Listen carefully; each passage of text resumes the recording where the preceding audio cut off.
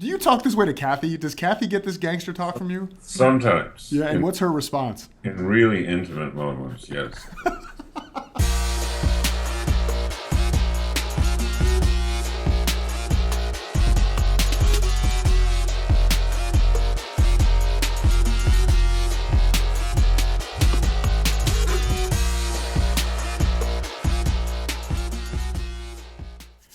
All right, episode number 48 of the Not So Serious Life. Welcome back. I am still spiffy Jason Goldberg, and that is still also very spiffy in his own way, Stephen D. Chandler. Steve, how you doing, man?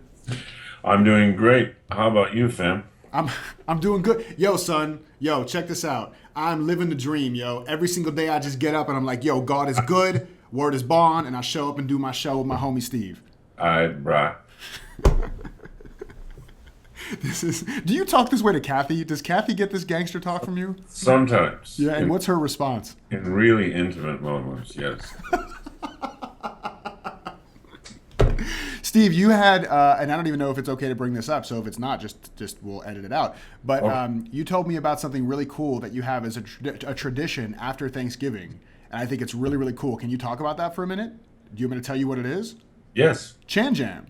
Oh, Chan Jam. Yeah, it's a family gathering, and we sit in a big circle, and people sing and perform songs, and we go around and around the circle. It's really fun. And this year we allowed Andrew McKee into our family circle. Now he's in for good. He passed the test. He's a wonderful singer. And you don't have to be really good, but you have to be really interesting and alarming and unexpected. But he's also a really good singer. Oh, he's a ridiculous talent. You've heard him sing. Oh yeah. I heard him at the Reinventing Yourself weekend. He is just amazing and such a really funny, great guy in general. And he wrote a new book too. Yeah, he's got a new book out, and we will promote that on the next show. Yeah, sounds good. Cool. And it sounds like it's a gang. Like he said, he's in now. Like, is the only way out to get beat out? Like, do you have to die to get out? Like, how does that work? Yeah, we throw you out of the back of a SUV Escalade. Bumping some old school Biggie at the same time, right? That's right. Nice. All right, ready for the question? All right. Okay, cool. So this question comes to us from Cinnamon, and Cinnamon asks, how can you be of service when soliciting donations for a cause you believe in? So she says, my children's school requires donations to pay bills, pay teachers, and to upgrade its old building, among many other things. All the parents are required to pledge a certain donation amount on top of the tuition they pay. It seems to me that instead of asking the parents for even more money, we should go to the community to gather donations. How do I ask others to support and donate to our school in a way that serves them? So our question is, how can you be of service when soliciting donations for a cause you believe in? And Steve, you literally wrote the book on this, Relationship, which is an amazing book. So I'd love for you to go first. Okay. Well, relationship talks about shifting the relationship between the donor and the recipient of the donation. You want to turn it around. So what do I have to give to a person when I ask for a donation? So what Cinnamon has to give is a chance for somebody to make a difference with young people. And a lot of times people are walking around saying, oh, young people, where are they going to end up? I'm so worried about them. Well, here's a chance to make a difference. And people really want to be able to make a difference in life.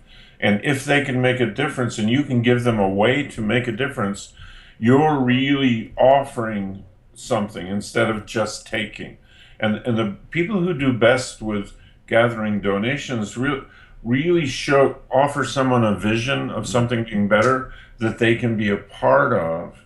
And if Cinnamon will focus on that, offering people a way to make a difference with the young people who go to this school, then they will love it and they will want to chip in.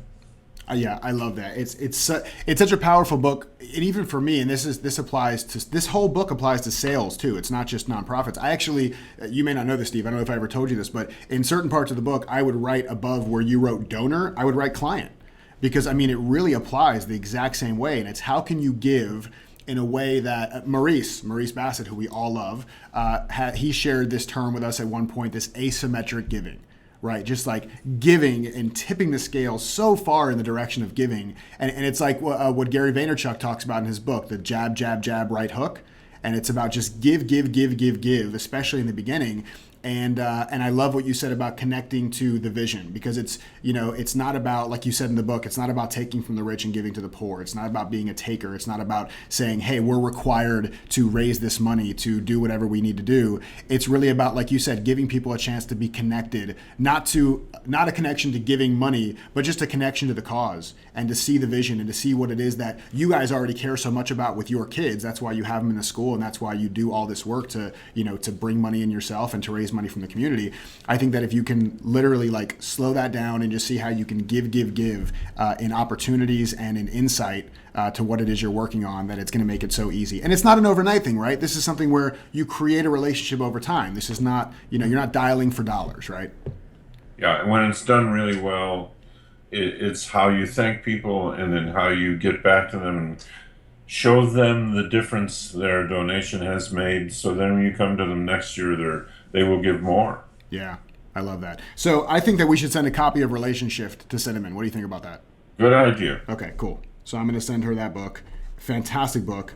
And yeah, that's awesome. So thank you, Cinnamon, for that question. I think that's great. And I think there's a lot of people who are raising money for things, whether their kids are in it or not, just causes they're involved with. I remember being on a nonprofit myself, and I didn't have Relationship when I was there, and I know it would have made a huge difference. And so the next time I go and join another board, I'm definitely going to use this way of being. It's not a tactic or a strategy, but just really connecting with people and give. So thank you for that, Steve. Awesome answer. Cinnamon, great question. Guys, don't forget to continue to send your questions into questions@thenotsoseriouslife.com. I love the breadth of questions, Steve. Like, this is about nonprofits, and we get stuff about pain and about suffering, but also about having fun. And it's just great to see people embracing the show and sending all kinds of questions. So thank you for sending them in. And of course, if you haven't signed up for our inner circle, head over to thenotsoseriouslife.com and sign up. You get free goodies, and we love having you a part of the community. And of course, as always, if this message resonates with you and there's someone in your world that needs to hear it, be a good friend, share it with them. They'll appreciate it and they'll love you for it. And we love you. So until next time, see ya. Have a fantastic day. Peace out.